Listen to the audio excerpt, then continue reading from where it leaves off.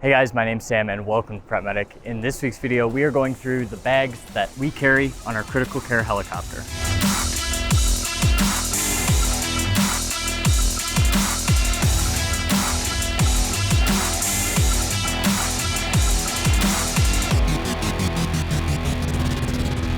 So guys, as always, a little bit of background before we start the video. I work on a critical care asset in the state of Colorado.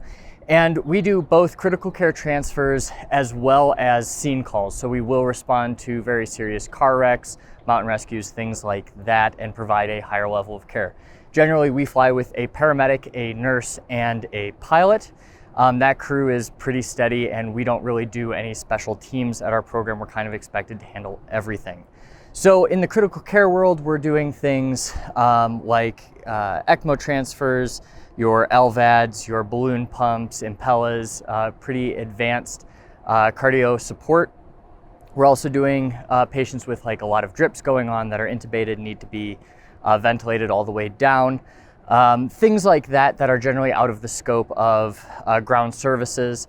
And then when we go to our scene flights, we have some advanced capabilities, rapid sequence intubation, blood infusions. We do carry several units of blood on the helicopter, things like that. So what we're carrying is pretty expansive, but as you can see behind me, we don't have a lot of room to do it. So a lot of how we work is out of these two bags. Not everything I'm going to show you today is in these bags. We have some pockets in the helicopter, like we have a lot of other tools such as our ventilator, our pumps, our monitors, things like that we're not going through. However, I will be releasing in the near future a full helicopter walkthrough, so I hope to be giving you guys a full tour. This is just going to be in depth of these two bags. So jumping into the video, we actually carry two main bags on the helicopter. These are both the G3 Backup by StatPack. They're solid bags, I don't have a problem. The outside is really easy to wipe down if they get contaminated. And then the only difference between these two are the colors. So our scene bag, the one that we're taking that's meant to manage a patient for the first 5 to 10 minutes, no matter what it is the red one. And then we have what we call our IVT bag, which has our more long-term things in it. And we'll get to that in a second. So starting with this bag here, it's red, high vis, great. On the outside, we have a couple of pockets. So at the top of this bag, in this main compartment, we carry our controlled substances. So this is just a little bag here. It's by Plano, and it has two Plano cases in it. Now, in this bag, we carry everything for RSI, ketamine, rocuronium, succinylcholine, etomidate. We also carry all our narcotics, so Ativan, fentanyl, morphine, ketamine, and basically anything that is controlled that needs to be kind of kept in a locked area, we have this. Now, the landing pad here is locked, and we secure this area pretty well, so that's why it lives in this pack. And then also behind that, we have a bunch of administration sets, so syringes and everything we need to actually administer these medications. On either side, we've got these two pockets here. Now, on this side, we've got blood tubing. So for those of you that don't know, blood tubing is Y tubing that you hook one bag up to saline, one bag up to blood. It just allows you to flow that a little bit safer, and then you can flush the line between transfusions and still use that IV if you have to. So we carry blood tubing there. I'll show you we've got a blood warmer in here, and then like I said, we do carry 2 units of PRBCs, and then we carry a unit of liquid plasma. No, we do not have fresh whole blood yet. Down here, we've got a bag of saline, just a 500 bag, and we have a gravity set tubing. So a lot of times in serious calls where they've got a lot of drips going, we establish what's called a rescue line. So a line that has no meds going on it, just so we can use that if we do need to push something on the patient in a hurry. And then we don't have to worry so much about like transfusion reactions or, compatibility between medications. And then last but not least, in this pocket, we have just an IV kit that we've put in a Welsh Allen bag here. So this just has a bunch of different sizes, loops, flushes, all of that good stuff. All right, so coming to the other side of the pack, identical pocket on the side. We have up here an IO drill. So this is the Easy IO.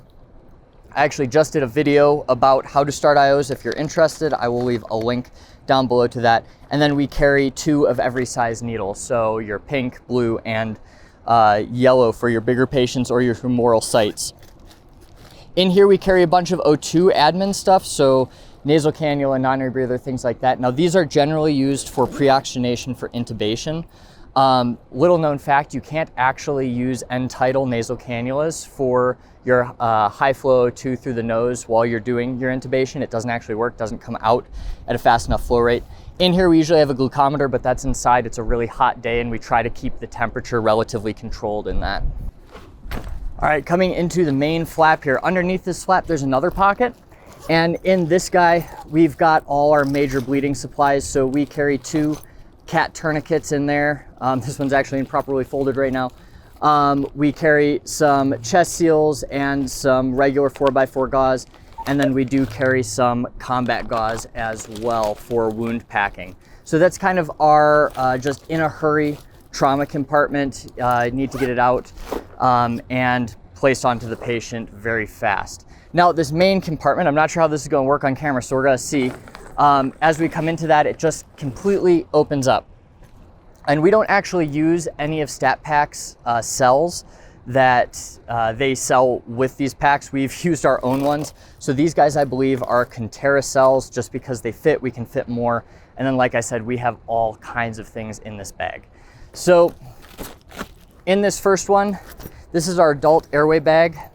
If we open it up, we're carrying pediatric BVMs in the helicopter because the tidal volume is still about 500 milliliters, which is more than enough for an adult, where the adult sizes have about 1,000 milliliters. So a lot of services are starting to go to that 500 just because it's not causing the barotrauma that we're seeing with the adult BVMs. So in here, we've got the child BVM, mask for that. We've got some O2 administration stuff, OPAs, MPAs, and then we also have a PEEP valve attached to this BVM. I apologize for some of the noise in this video. We're right in the flight path of an airport where we're at. No surprise, we're a helicopter, so there are some planes taking off and landing and a lot of student pilots out. All right, next down the list, we have this red bag here. Now this is just all our main ACLS resuscitation meds. We don't keep all the meds in the same box. We keep like everything we need for the first 10 minutes in here. And then we have a completely separate med bag, which will be a different video that I'll walk you through. But in here, we've got a bunch of epi. We've got D50, Narcan, lidocaine, our atropine, and basically everything for advanced cardiac life support. And then we do have amiodarone in here as well. Next bag. This is going to be our emergency backup airways. So if our first intubation attempt fails, or we're going down the can't intubate, can't ventilate algorithm there, we have a crite kit for a surgical cricothyrotomy, and then we are carrying 3 iGels in here. So this is the adult failed airway bin. I'll show you, we have another one for pediatrics, but the iGels are basically our supraglottic airways. If we can't get a tube, then we'll go to one of those, and if those aren't working, then we'll generally perform a cricothyrotomy on the patient to establish that airway. Once again, I do have a full video on surgical cricothyrotomies if that's something you're interested in learning about. Down to this side, we've got Glidescope covers. So I'll show you our videolaryngoscope down here is a portable Glidescope. It's kind of old. I think we're going to a new one relatively soon. But for that, we have a couple different wands. These ones are the pediatric ones. Just to get a good view, it increases the chance of first pass success. All right, down here, these are the adult Glidescope covers. And then right in here, we have our pediatric airway bag. So in this cell here, first and foremost, we've got the Broslow tape. Then we've got some of our peds masks. These are also for the BiPAP we carry. We can throw that on there. And then we have all the pediatric iGels along with some sodium bicarb of the half concentration, the 4.2%. And then we also have some D20 in here if we do want to mix that up, or if we're trying to get something for a kid on board. In here is the Glidescope that we talked about. So this is our videolaryngoscope that we use. Once again, we're getting another one. This is kind of nice because you have a separate unit from the wand, so it's not super heavy. You can set that off and then use that to visualize, and other people can actually have a view. It helps you just confirm placement and make sure that everything's in the right spot when you go for that tube. And then last thing here in this main pocket, we have the full Contair Airway Roll for intubation. So in here, this has all our main manual laryngoscopes. We've got all the sizes of Max and Miller blades. We've got all the sizes of tubes, our handles, 10 ml syringes to inflate it, and stylets, and then our rigid suction and our soft suction in that. And that just lives at the bottom of this pack. And in the back, we do have a bougie that's wrapped around the entire thing. You really shouldn't be coiling the bougies. That's an introducer, just because they will retain kind of an ugly shape and not be quite as useful in your intubation attempt. Spinning this bag around, in this top lid here, we've got a couple different things. So in here, we call this kind of the recess med bag. So these are our really quick hit medications.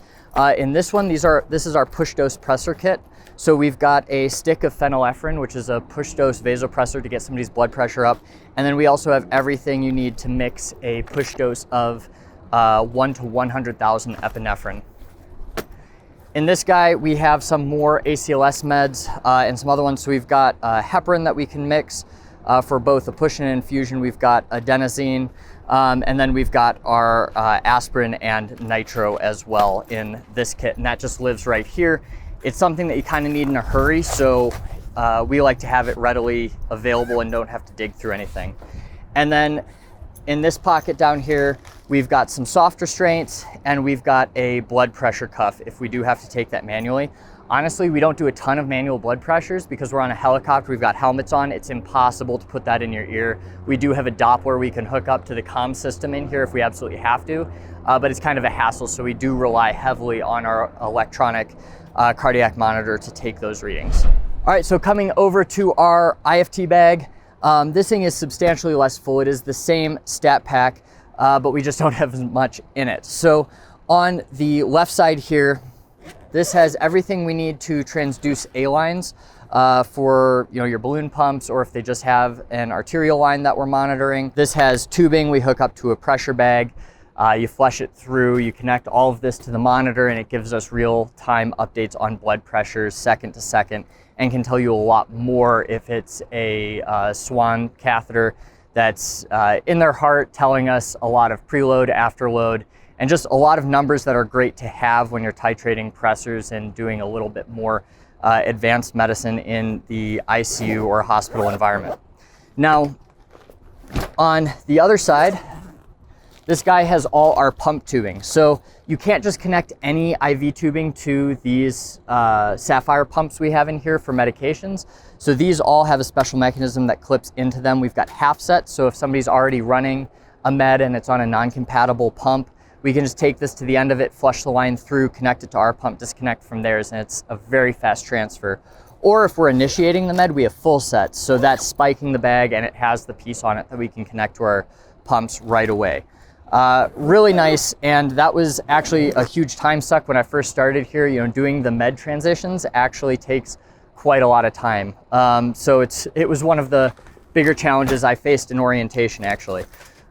Coming into the pack itself, like I said, not as much in here. Generally, we do have a gray box in here that's our iStat and all our cartridges. Once again, it's really hot out here, so we take it inside so it doesn't get any temperature warnings when we're trying to use it on a patient.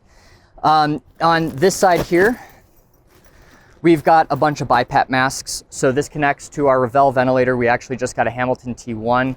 We'll use the same ones, but these are for your BiPAP, your CPAP connections.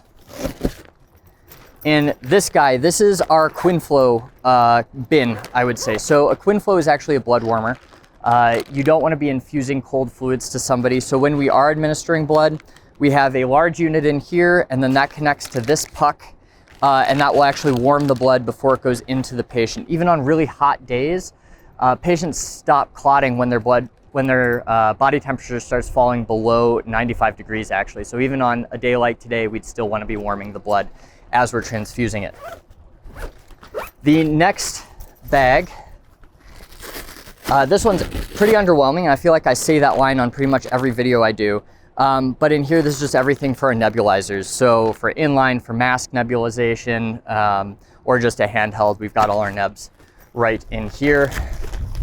And then coming to the bottom, we have an HME that's just a humidifier and a filter for your vent. And then we have one vent circuit in here that we can connect to patients.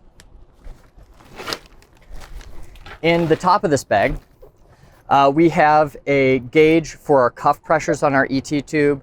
We have the Doppler. Now, the Doppler will hook up to the helicopter and we can actually hear it through our headsets on our helmets if we have to.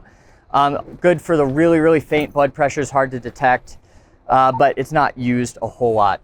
And then in here, we just have a test lung that we kind of made and jury-rigged ourselves.